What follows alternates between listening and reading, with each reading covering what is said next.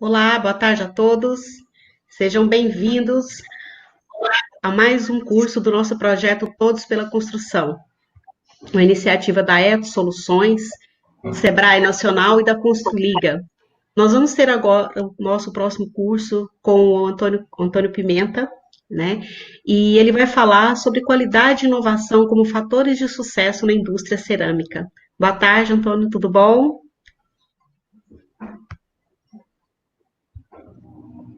Boa Alô? tarde, Janaína, tudo bem? Muito obrigado pelo convite. Seja bem-vindo, obrigado por aceitar nosso convite, participar do nosso movimento Todos pela Construção. Saiba que para nós é uma grande satisfação ter parceiros como vocês nos ajudando no movimento tão importante para a nossa cadeia produtiva. Nós que agradecemos, sou muito feliz aqui estar representando a Anicer e parabéns, né, de antemão pela iniciativa de vocês para centenas de cursos online que estão sendo disponibilizados nesse momento. Maravilha. Então, fica com você aqui. Bom trabalho a todos. Muito obrigado, muito obrigado. Senhoras e senhores, sejam todos muito bem-vindos. Eu quero agradecer a participação de todos vocês e, novamente, agradecer a Janaína, o Felipe Honorato, todo o pessoal da Eto Soluções, Construliga, do Sebrae Nacional, que estão com esse movimento Todos pela Construção, um movimento muito, muito bom para o nosso setor, disponibilizando uma centena de cursos online. Eu estou aqui representando a Anicer, Associação Nacional dos Fabricantes de Cerâmicas, estou muito honrado pelo convite, espero poder transmitir alguma coisa de inovação e de qualidade da indústria cerâmica vermelha para a construção. Ao final da minha apresentação, nós teremos algum momento de debates e perguntas, e eu espero poder concluir a apresentação aqui em apenas 40 minutos. Muito bem, o resumo dessa apresentação, eu vou falar um pouquinho dos produtos cerâmicos, que talvez nem todos tenham uma noção de qual é a gama de produtos que nós estamos falando. Quando nós falamos de cerâmica, é um universo muito amplo e abrangente, mas vou especificar muito bem de quais produtos cerâmicos nós estamos falando. O tema inovação em si, que é algo assim muito interessante também, o que significa inovação, quais são os níveis de inovação possíveis e o que a indústria de cerâmica vermelha tem feito no sentido de inovações. Vamos entrar no assunto de alvenaria estrutural, alvenaria racionalizada, comparação com os sistemas construtivos tradicionais, alvenaria de vedação. Falar muito também, ou citar algumas influências da inovação perante a norma de desempenho, a NBR 15575, que ela é obrigatória para a construção das moradias. É um desafio muito grande para todos da construção, porém, é também uma grande oportunidade de se poder atender os requisitos da norma que estão pautados aí. Finalizando, falar um pouco de pesquisa e desenvolvimento. Quando nós falamos de inovação, em geral, temos aquela inovação mais simples, mas também temos a inovação radical. E essa inovação radical, ela exige realmente um trabalho mais preciso de pesquisa, de desenvolvimento, requer investimentos, tem os seus riscos também, e tem algumas coisas muito interessantes sendo feitas dentro do nosso setor. E finalizo a apresentação falando de sustentabilidade, porque qualquer tipo de inovação que se procure fazer, ela tem que ser para melhor, incluindo os aspectos da sustentabilidade. Vamos começar, então, falando um pouco a respeito dos produtos de cerâmica vermelha.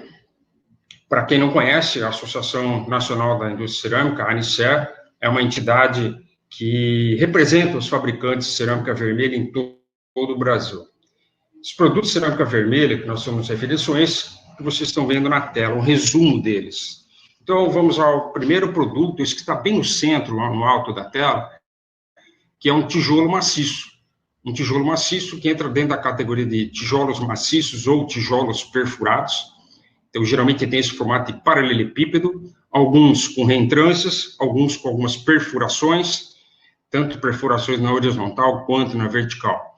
É uma categoria muito tradicional na construção civil e muito utilizada em todo o Brasil. Do lado direito, nós podemos ver uma telha cerâmica composta. Também, as telhas cerâmicas produzidas no Brasil têm diversos tamanhos, formatos diferentes, e elas são cobertas, tanto o tijolo, como eu falei, a telha e os blocos cerâmicos à esquerda, todos eles estão dentro de requisitos de normas, são todos produtos normatizados, produtos que atendem modularidade na construção, por exemplo. Na foto da esquerda, embaixo, nós vemos 3 produtos. O primeiro da esquerda é o elemento de enchimento de laje. É aquele produto que vai encher a laje, fazendo com que a laje fique mais leve. Sobre esse produto é aplicado o concreto, então a laje fica mais leve, mais barata também. E tem as propriedades do material cerâmico, que adere muito bem à argamassa, ao revestimento na parte inferior, e as propriedades características do material cerâmico, que é de isolamento térmico e acústico. O produto desses 3 à esquerda, o produto do meio, são os blocos estruturais e blocos para alvenaria racionalizada. Esses produtos são sempre aplicados na alvenaria com furo na vertical. Então, nós vamos falar um pouquinho deles também. E, para finalizar, o produto da foto à esquerda, o terceiro produto aqui à direita, são os blocos de vedação, os blocos mais comuns, os blocos mais produzidos em todo o Brasil, também de diversos tamanhos e formatos.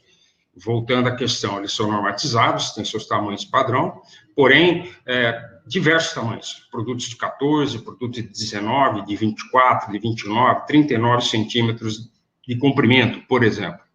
Um aspecto muito interessante, muito importante aqui da cerâmica vermelha é que esses são apenas alguns produtos da cerâmica vermelha. Nós ainda temos os pisos, revestimentos, tubos cerâmicos, vários outros produtos de plaquetas de revestimento, cobogós e assim por diante. E por que nós chamamos eles de cerâmica vermelha? Porque tem essa denominação. Essa denominação é pelo aspecto desses materiais. Vocês podem ver que todos eles têm uma certa cor avermelhada, um pouco mais intenso, outro um pouco mais claro. É importante dizer que a cor não é determinante da característica e da qualidade desses produtos. A cor ela é resultante de praticamente dois fatores determinantes dentro do processo de fabricação. Primeiro, é a constituição química das argilas que estão sendo feitos os materiais. Argilas que têm alguns minerais com óxido de ferro, tendem a queimar mais vermelho, como vocês estão vendo o tijolo maciço bem ao centro da imagem. Argilas que têm um teor menor de componentes de ferro, de óxido de ferro, tendem a queimar mais claros, mais rosados, muitas vezes quase que com ausência de óxido de ferro, esses produtos tendem a cor amarelo e branco. Outro fator importante, o segundo fator importante, é que no processo de fabricação, durante a queima desses produtos, também pode-se definir uma cor ou outra. Bom, voltando, a cor não é um sinônimo de qualidade. Evidentemente que nós vamos falar de uma telha, ou de um tijolo maciço para alvenaria aparente, ou de um bloco cerâmico para alvenaria aparente, a cor vai ser muito importante. Pelo visual que isso vai dar na alvenaria, pelo visual que vai dar na cobertura. Porém, para os produtos que ficam embutidos na alvenaria, que vão ser rebocados, revestidos, etc., a cor não tem importância nenhuma. Esses produtos, como eu falei, eles estão todos normatizados, o que se deve tomar cuidado na aquisição desses produtos é verificar se eles realmente estão de acordo com a norma. E quais são os principais requisitos que esses produtos têm que atender? Primeiro, o dimensional. Tem suas tolerâncias, largura, altura, comprimento, distância de pino e assim por diante. A resistência mecânica à compressão, resistência mecânica à flexão e também a absorção d'água, é muito importante isso. Tudo isso está normatizado e temos produtos certificados e qualificados no mercado em todo o Brasil. Então, a questão da coloração do material não é um fator determinante para a qualidade do produto cerâmico. Seguindo adiante, vamos agora falar um pouco da inovação. Então, pessoal, quando se fala em inovação, muitas pessoas imaginam já algo assim muito radical. Então vamos fazer inovação, nós vamos inventar alguma coisa. Eu vou inventar um produto totalmente novo, um sistema totalmente novo, radical, inédito, não foi feito em local nenhum, nem aqui, nem lá fora, nem no exterior. Não é necessariamente isso. A inovação pode ser algo muito simples. Então, vamos falar do slide anterior, vamos falar desse produto que é o bloco de vedação. Nesse caso, pode ser um bloco do tamanho 9 de largura, 19 de altura e 19 de comprimento. Muito bem, esse produto é muito comercializado no Brasil todo. Em alguns locais chamado de baianinho, outros lugares chamado de lajotinha, outros lugares chamado de 8 furos, e assim por diante. Bom, esse produto tem um certo rendimento na obra. Você trabalhando com ele, você vai precisar colocar argamassa, vai precisar de X blocos por metro quadrado, assim por diante. E vamos dizer que de uma determinada região, todos se utilizam, a sua grande maioria, deste produto. Bom, então, vamos procurar fazer uma inovação simples. Nós vamos fazer esse mesmo produto com 8 furos, com 9 de largura, 19 de altura, porém com 39 centímetros de comprimento. É o dobro do comprimento desse produto chamado de baianinho convencional. Isso pode ser considerado uma inovação. E assim como toda inovação, ela tem seus poréns, tem suas resistências, tem o pedreiro que não vai querer trabalhar com um produto de 39 centímetros, o construtor que não vai querer pagar mais por um produto que, por ser inovador, por ser maior, também custa mais. Porém, tem que se avaliar o seguinte, um produto que tem o dobro desse tamanho, ele rende muito na obra. Eu vou falar disso um pouco adiante. Outra questão, então, da inovação, o que nós pensamos com relação à inovação a inovação ela vem, muitas vezes, para mudar alguma coisa. E pode ser alguma coisa muito simples, como eu citei atrás, o tamanho do produto. Ou mudar a coloração. Vamos dizer que você queira fazer uma telha de cor alaranjada, branca, uma telha branca. Então, isso pode ser considerado também uma inovação. Em uma região, um local onde isso não se tem. Um desenho diferente de telhas, também pode ser uma inovação. Alteração qualquer do produto que propicie algum benefício, alguma modificação, pode ser interpretada como inovação. Muito bem. E, na maioria dos casos, a inovação, ela deve buscar o quê? Deve buscar aumento da produtividade.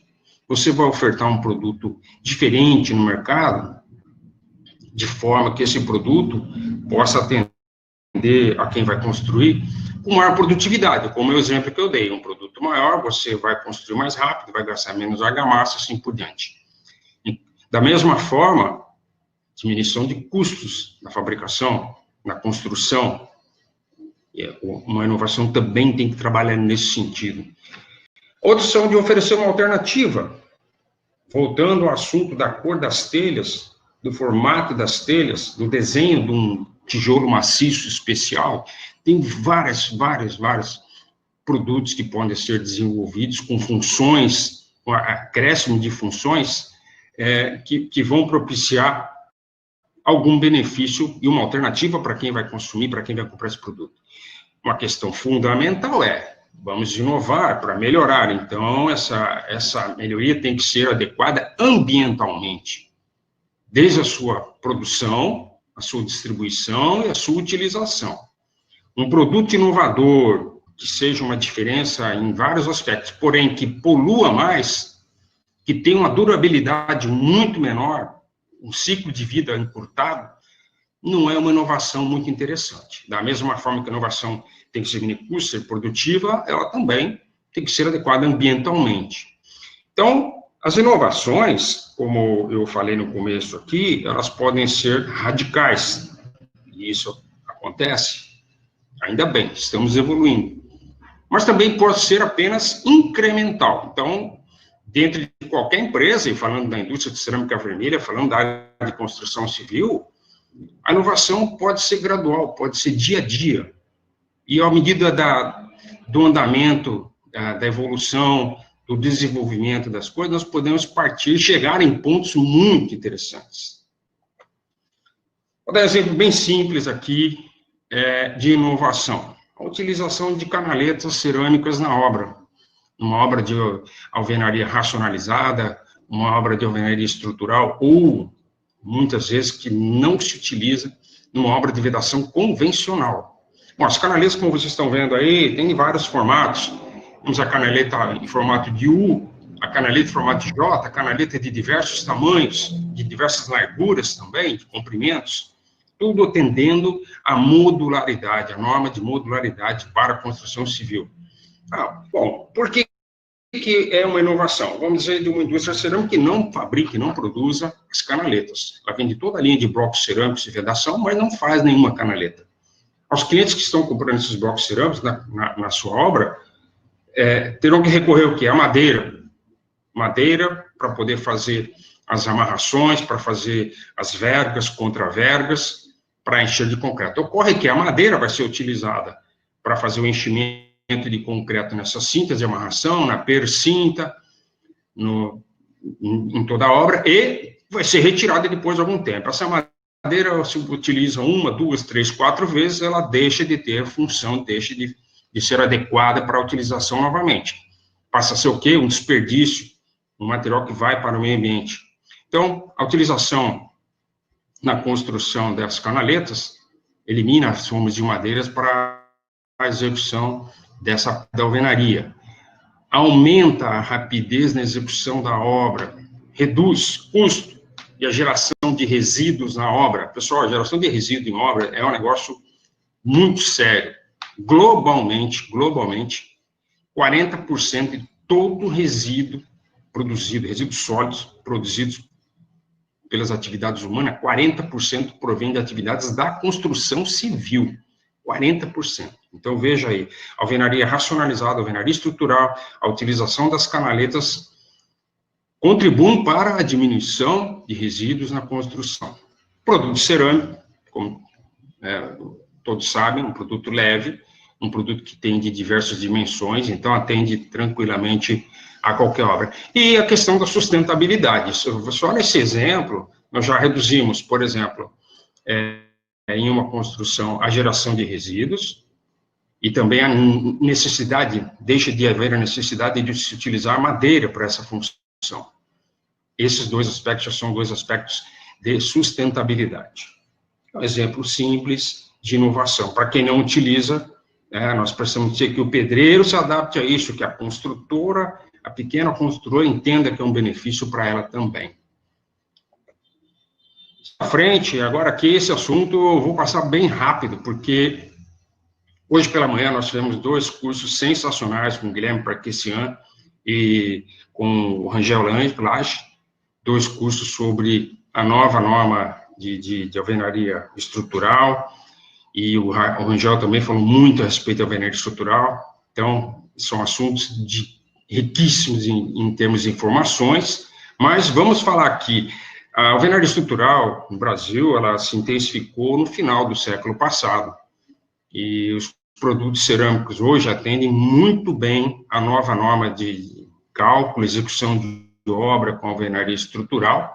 Então, vocês têm aqui na foto, no centro aqui desse slide, uma maquete de uma construção de alvenaria estrutural. Então, vocês podem observar ali a colocação do grout para fazer esse aqui, a amarração desse canto, a colocação da caixinha de energia elétrica sem precisar rasgar a parede toda, passando conduíte por dentro dos furos, o feitio das vergas, contravergas, blocos de canto. Então, os blocos cerâmicos são totalmente adaptados à alvenaria estrutural e alvenaria racionalizada, com todos os benefícios que o Parquesian e o Ilage falaram hoje de manhã nos 2 cursos que apresentaram brilhantemente. Parabéns aos 2 pela apresentação. São pessoas que estão no nosso meio e sempre trazendo boas informações para todos nós. Eu não vou me estender muito nesse assunto, mas o que foi comentado hoje de manhã também, a alvenaria estrutural ela pode propiciar até 30% de redução dos custos na construção, com relação à alvenaria tradicional. E a alvenaria estrutural, isso também o Rangel comentou hoje pela manhã, acho que foi um caso de uma pergunta. A alvenaria estrutural com bloco cerâmico tem um custo muito equivalente a construção, por exemplo, de paredes injetadas de concreto. A questão é que a parede injetada de concreto tem um aspecto de produtividade na obra, de velocidade na obra, de menos mão de obra dentro da obra, que chama atenção. Mas estudos recentes estão sendo feitos, aprofundamento disso, inclusive com aplicativos, mostram que a alvenaria estrutural com bloco cerâmico tem um custo muito equivalente à construção de paredes injetadas de concreto moldadas em bloco, e com aquelas vantagens que nós sabemos que o produto cerâmico tem. Mais leve, melhor isolante térmico, melhor isolante acústico. Então, esses são aspectos que são muito interessantes. E outra coisa é a agilidade, né, também, que o produto cerâmico propicia, desde uma grande obra até pequenas obras, pequenas construtoras que têm acesso a essa tecnologia da alvenaria estrutural com blocos cerâmicos e dificilmente vão ter acesso, por questões de volume de produção, de construção, a uma alvenaria injetada em bloco, por exemplo. Só para finalizar, nesse aspecto de inovação, de produtividade, vocês estão vendo aqui na foto da direita 3 paredes que foram construídas para demonstrar sistemas construtivos com blocos cerâmicos. Então, nós temos a primeira parede da esquerda, feita com aquele bloco de 8 furos que eu falei para vocês lá no começo, o baianinho, o famoso baianinho. Então, um bloco de 9 de largura, 19 de altura e 19 de comprimento. A segunda parede é construída com um bloco que é o dobro do comprimento dele. É o 9, 19 por 39.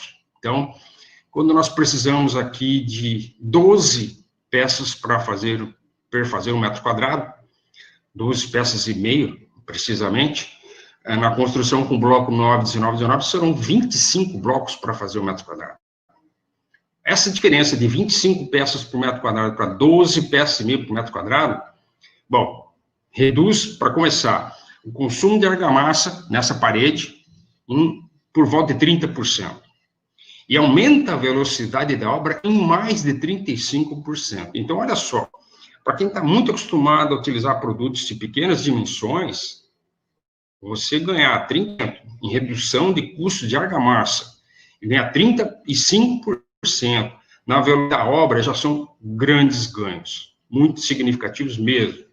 Se eu ver a última parede, já é um bloco de alvenaria de vedação racionalizada, também pode ser estrutural nesse caso, e com o diferencial que vocês estão vendo, que aqui já tem a caixinha de energia elétrica instalada, né, sem a necessidade de fazer os rasgos na parede, que aquelas 2 paredes anteriores terão necessidade, gerando mais resíduo, mais trabalho, assim por diante. Então, a alvenaria racionalizada também é uma inovação, e que não é praticada em muitas obras. Muitas obras nós encontramos os blocos de pequenas dimensões, com todo o seu desperdício, com toda a sua intensiva mão de obra. Muito bem. Partindo adiante, vamos falar um pouquinho de algumas inovações que têm ocorrido no Brasil. Nesse caso, vocês estão vendo uma parede pré-moldada, uma parede com enchimento de material cerâmico.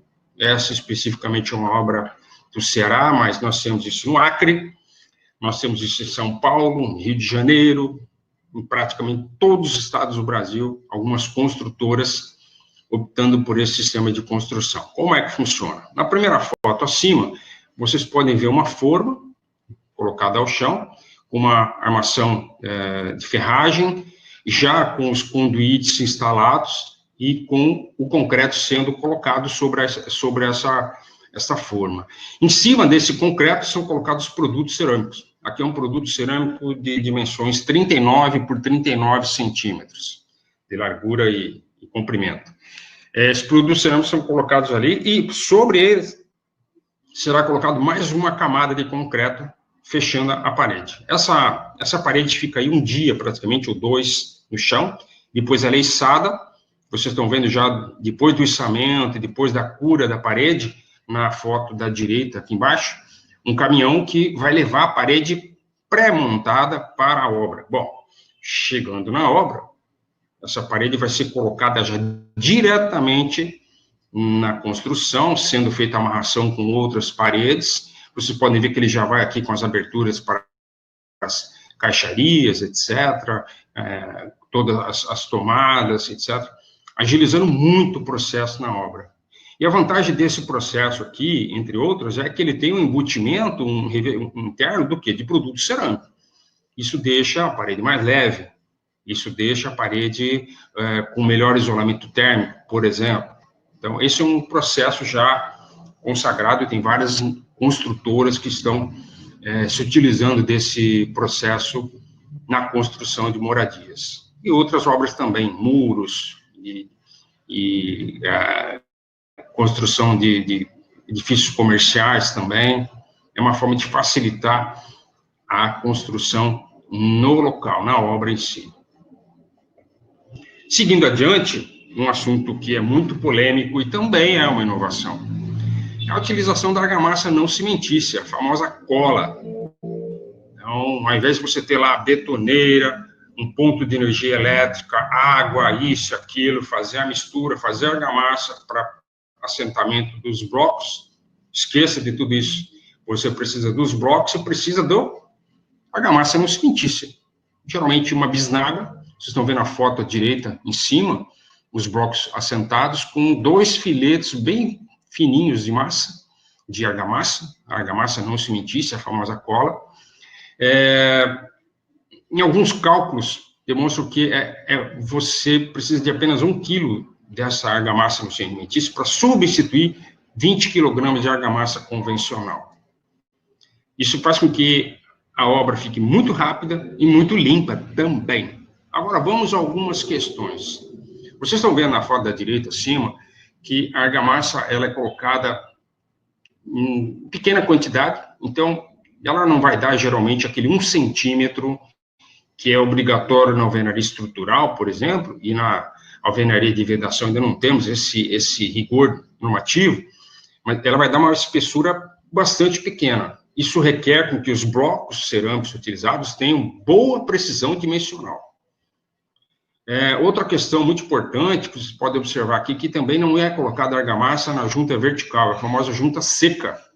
Bom, isso tem seus poréns, no isolamento acústico, na impermeabilidade e assim por diante, tá certo? Se nós formos ver a obra aqui embaixo, nessa foto da esquerda, vocês estão vendo que é uma alvenaria de vedação. Isso ainda aqui no Brasil não é permitido a utilização desse tipo de sistema de cola, junta seca e assim por diante para alvenaria estrutural. Somente a alvenaria de vedação, que não tem uma normatização, na verdade, essa alvenaria em si, ainda não. Tem uma norma que está sendo discutida, que ainda vai ser trabalhada, muito mais.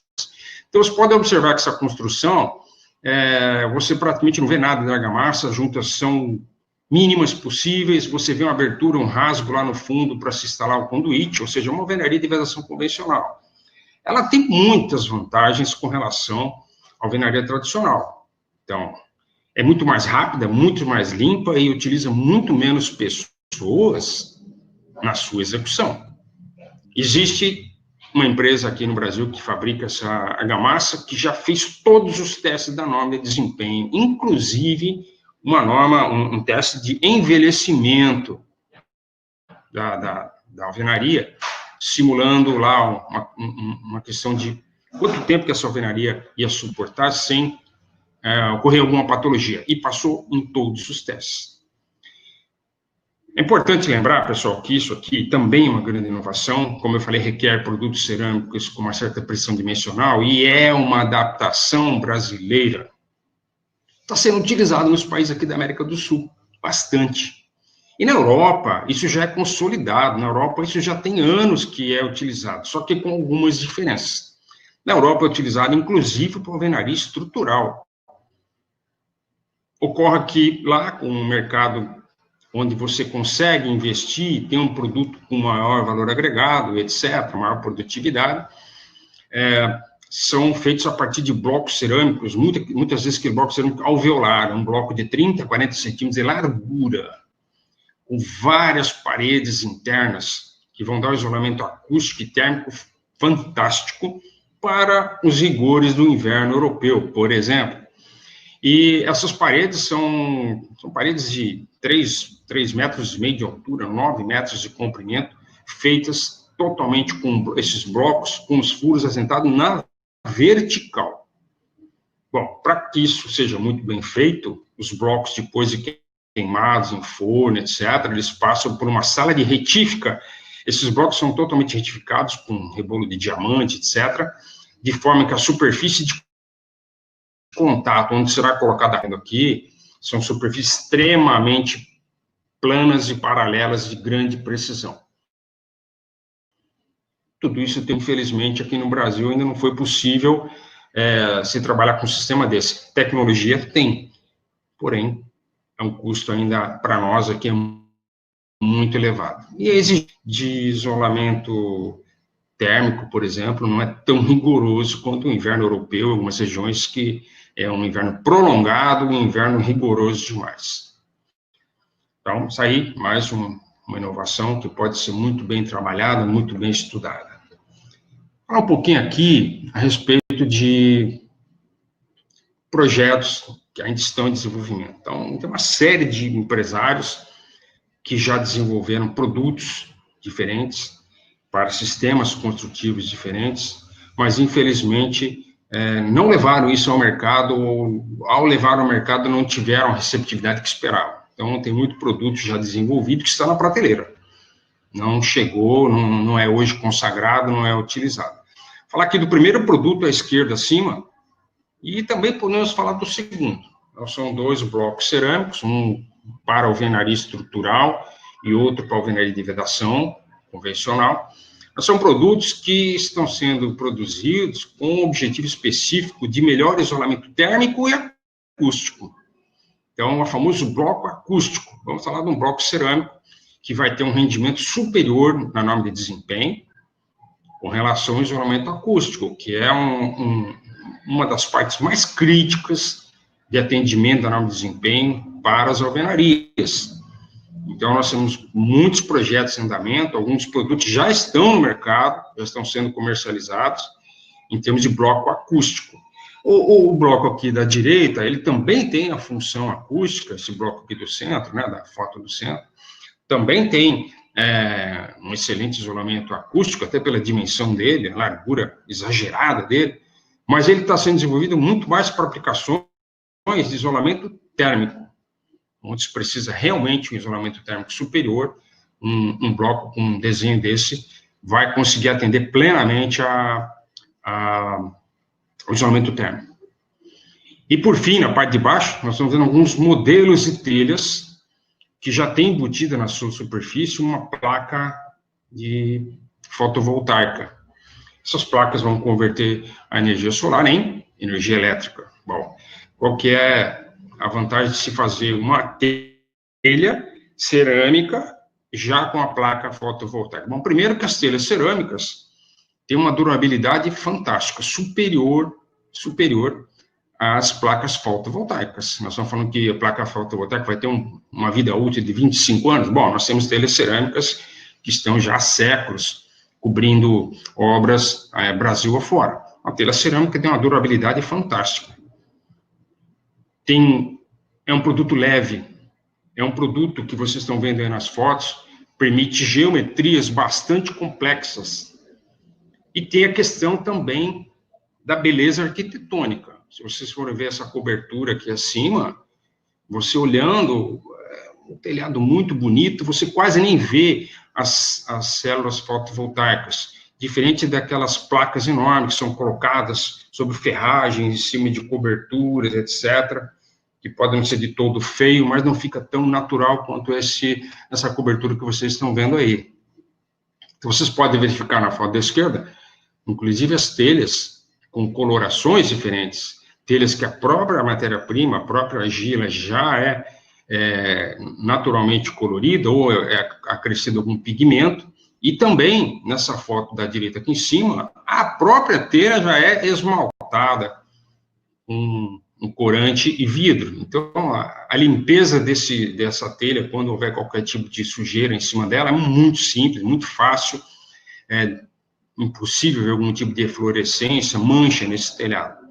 Então, esses são produtos que estão, na sua grande maioria, em desenvolvimento. Já tem algumas construções aqui no Brasil com essas telhas, por exemplo, vamos dizer, um edifício tombado pelo patrimônio histórico nacional, muitas vezes tem-se dificuldade de se colocar um sistema de aquecimento solar ou placas fotovoltaicas sobre o telhado.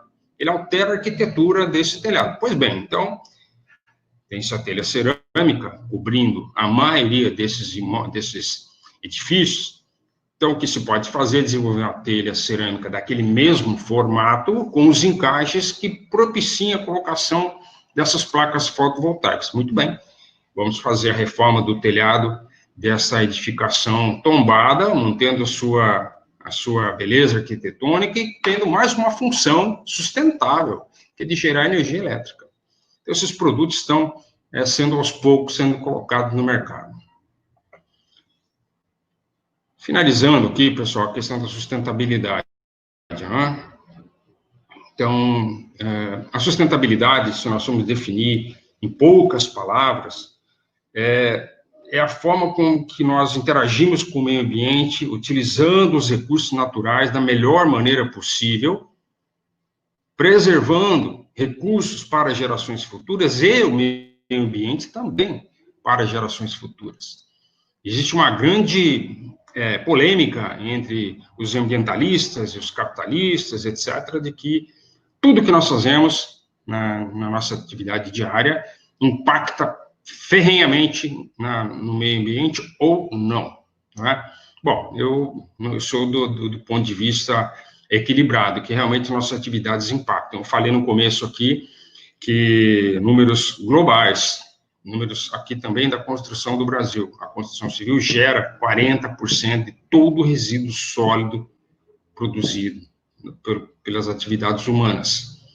Bom, então, nós temos que realmente pensar na sustentabilidade desses produtos. A Anicer tomou iniciativa, a primeira entidade da construção civil, que tomou iniciativa de fazer avaliação de ciclo de vida do produto cerâmico. Contratou uma consultoria especializada, baseada na ISO 14040, a Quantis do Canadá, veio ao Brasil, fez o estudo está completo, vocês podem ver aqui, acho que a minha imagem está cobrindo alguma coisa aqui do endereço, mas é anicer.com.br/ACV. Nesse endereço, vocês podem ver os 2 estudos completos que foram feitos de avaliação de ciclo de vida do produto cerâmico. A avaliação de ciclo de vida nada mais é que analisar os impactos ambientais, os impactos da saúde humana de uma atividade, de um produto.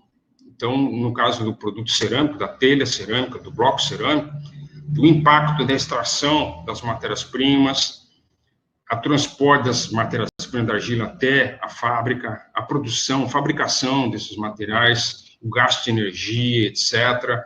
Novamente, transporte até o setor de distribuição, transporte até as obras, a utilização desses produtos nas obras durante anos, décadas, o produto cerâmico é muito durável, né?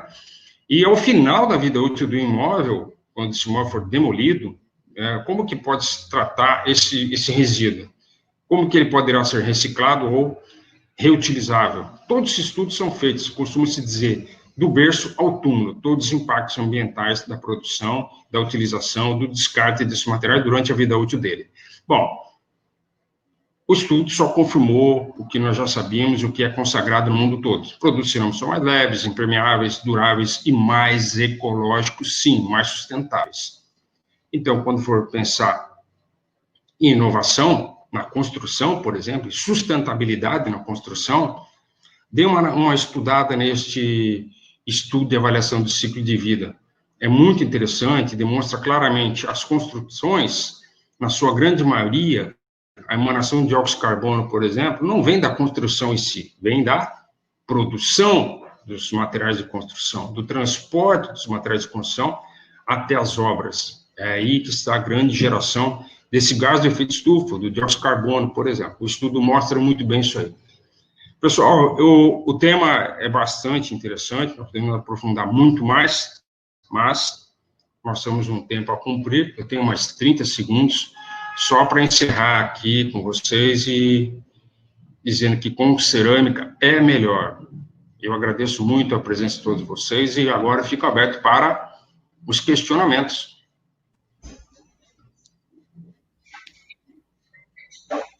Olá, Antônio Carlos, tudo bom? Tudo bom? Tá me ouvindo? Estou ouvindo bem. Boa tarde. Boa tarde, Boa tarde, Felipe, tudo bem? Tudo bem, meu amigo? Parabéns, antes de mais nada. Tudo bem. É um prazer estar com você novamente. Viu?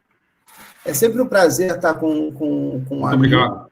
antes de mais nada, e principalmente poder receber um contingente tão grande de conteúdo em tão pouco tempo. A Anicer está de parabéns, primeiro por apoiar o movimento, porque é um movimento não da Ethos, não é da Liga, não é do Sebrae Nacional, é um movimento de todos nós do setor de construção civil, que a gente precisa realmente aproveitar, né, tentar transformar um problema em uma unidade, né? Transformando essa situação, esse nosso home office, numa troca grande de conhecimento.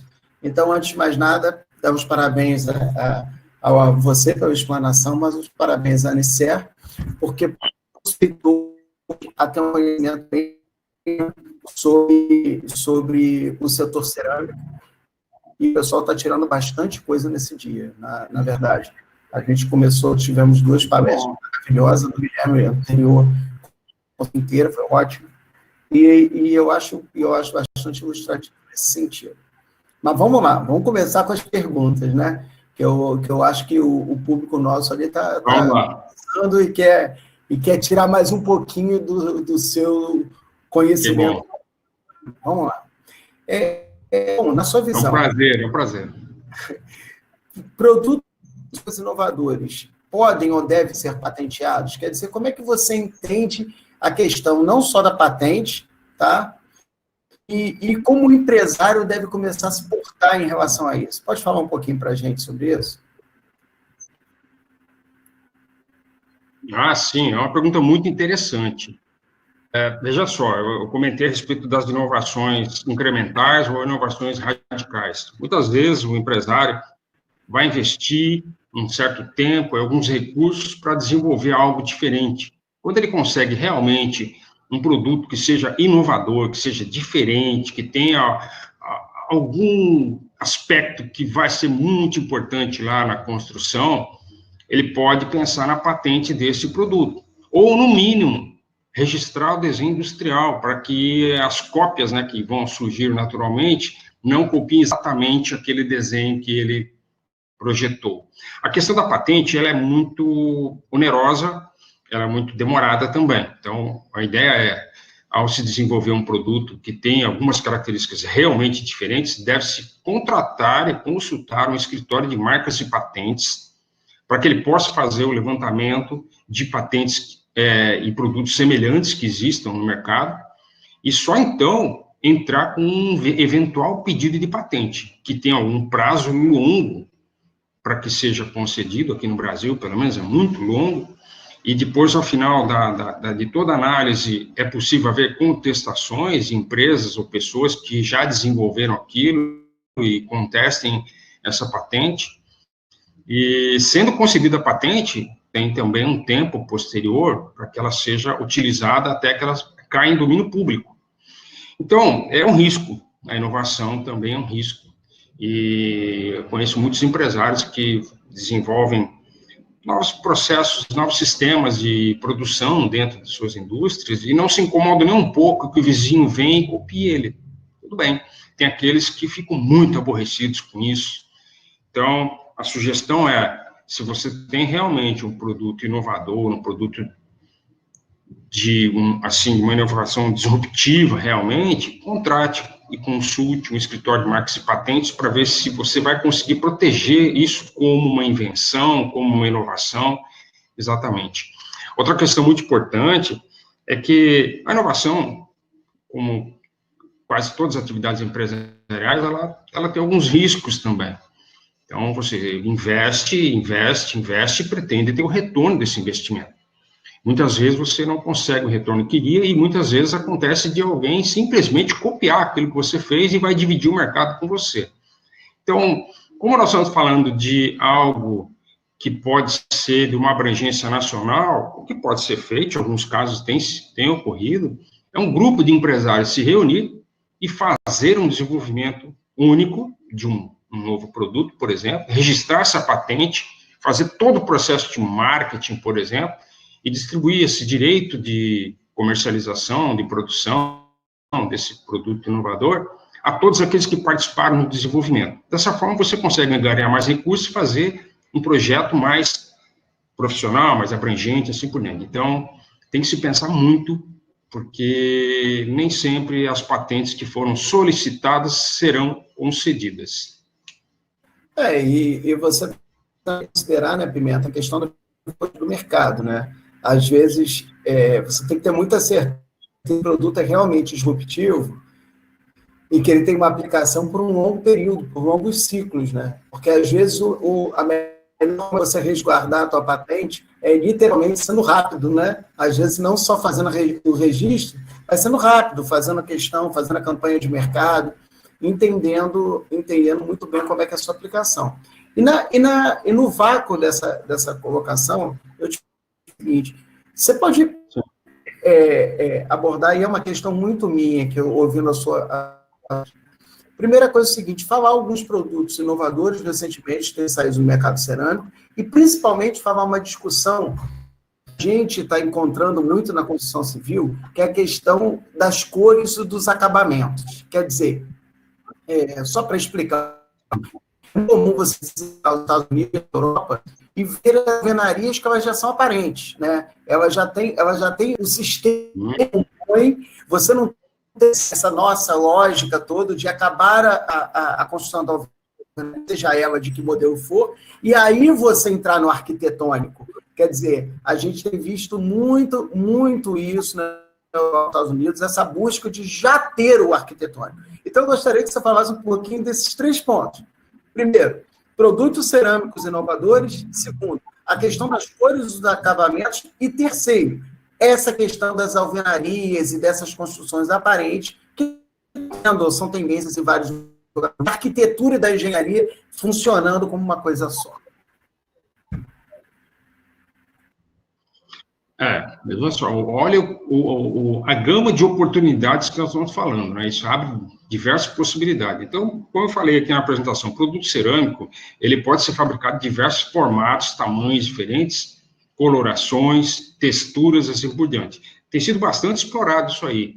Tem muitas empresas fabricando, por exemplo, plaquetas de revestimento, que é uma moda, pegou agora uma febre tremenda, imitando produtos rústicos, produtos com alguns defeitos que, na verdade, se transformam em efeitos estéticos, tá? Então, muita gente trabalhando nisso aí. E é um mercado de produtos de alto valor agregado. Tem que se ter também todo cuidado na fabricação desses produtos, porque boa parte deles, por exemplo, vai ficar sujeito às intempéries. Então, um produto que é de aplicação aparente, ele tem que ter uma certa qualidade, por exemplo, para não ter eflorescências, manchas e assim por diante. E nós temos aí a possibilidade, e tem alguns casos já aqui no Brasil, de desenvolvimento de produtos para alvenaria, aparente mesmo, de aplicações assim, realmente muito interessantes, que deixam de ter a necessidade de aplicação de qualquer revestimento. Tem que se tomar todos os cuidados também, novamente, com relação à resistência desse material, uniformidade dimensional desses materiais. Tem também um mercado muito grande ainda a ser explorado também, que são dos produtos de encaixe. Já existe uma série de produtos, blocos cerâmicos, por exemplo, de encaixe. E também tem as suas aplicações específicas. Então, veja, Felipe, nós temos um universo muito grande para se trabalhar. Nós passamos aí por uma grande recessão nos últimos 4 ou 5 anos, começamos a sair dela, a pandemia está nos atrapalhando agora, mas nós temos daqui para frente um potencial da construção muito grande. Então, aqueles que conseguirem sair à frente, sair com algo diferente, sair com algo inovador, dar uma alternativa de uma construção aparente, por exemplo, de boa qualidade, terão bons mercados pela frente também. Evidentemente que isso tem que ser feito com muito cuidado, com qualidade, E aquilo, a inovação que fica na prateleira não resolve o problema do empresário. Essa inovação tem que ir para o mercado, é preciso ouvir o mercado, é preciso fazer divulgação desses produtos, levar efetivamente esses produtos para quem vai projetar, para quem vai construir. Os potenciais são enormes, e o produto cerâmico tem muito a contribuir nesse sentido. Eu concordo com você. Não sei se respondeu alguma questão. Não, eu concordo com você. Inclusive, eu vejo que a construção como um todo, ela está a repensar, e aproveitar para se repensar mais ainda do que a gente já vinha desde a crise de 2012, 2013, né? Culminou o ápice em 2014. Eu tenho uma pergunta aqui, que é o seguinte: o preço dessa cola usada para substituir a argamassa? Onde eu encontro ela? Tem uma pergunta específica sobre isso. E uma outra que eu acho que também seria bacana, de você responder o seguinte: quantas empresas de cerâmica vermelha usam o ACV aqui no Brasil? Que dá para falar, porque essa cola é rapidinho, né?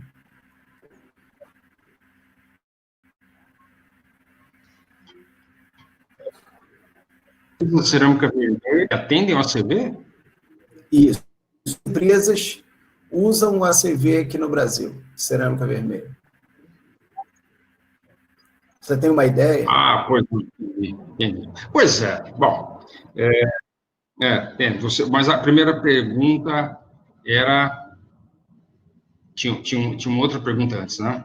Era essa. A respeito da cola, é isso? A argamassa. Acho que ela vai saber a questão de preço. Essa argamassa... Isso. Essa argamassa não cimentícia, pessoal, é muito fácil. Entra na internet e digita lá, quero fazer argamassa cimentícia. Aí vão te dar uma fórmula para você usar produtos que você vai encontrar no mercado e fazer a cola. Não façam isso, tá certo? Então, nós temos diversos fabricantes de argamassa polimérica, argamassa não cimentícia, alguns com muita seriedade, como eu citei aqui, empresas que utilizaram essas argamassas para fazer ensaios na norma de desempenho, comprovando que essa argamassa não cimentícia passou em todos os ensaios da norma de desempenho. É diferente de você mesmo fazer argamassa lá na obra, ou comprar de uma empresa de fundo de quintal que não tem a tecnologia toda para esse tipo de argamassa. Então, volto a dizer, existem vários fabricantes de argamassa não cimentícia no Brasil. Mas tem que tomar muito cuidado com as possíveis patologias da má aplicação desse produto, de produto que não tem a qualidade necessária. Procure os fabricantes mais sérios, aqueles que já têm todos os ensaios feitos e resolvidos. Alguns estudos que eu vi mostram que o custo na construção cai muito com a argamassa, porque você tem um rendimento na obra fantástico, trabalha com menos pessoas, assim por diante, né? Já a questão da utilização do ACV, bom, o ACV é um estudo científico, ele está disponível lá, anicer.com.br/ACV, ele é uma fonte de informações científicas que deve ser usado no meio acadêmico, por exemplo, porque ele serve como um parâmetro, uma base para outros produtos da construção civil e assim por diante, de outros setores. Então, a ACV... a Anicer fez o estudo, publicou esse estudo, inclusive em edições europeias, científicas europeias, que aceitaram o estudo como sendo correto. Então, ela serve para todas as indústrias de cerâmica vermelha, que cumpram aqueles requisitos que estão ali dentro também do estudo do ACV. Volto a dizer, o estudo do ACV, ele é o quê? Ele é uma medição do impacto ambiental e a saúde humana da produção, da utilização, do descarte dos materiais durante toda a sua vida útil. Então, vale para todos os tipos de produtos que vocês podem imaginar. E a pessoa que perguntou, isso vale para qualquer indústria de cerâmica vermelha, sim.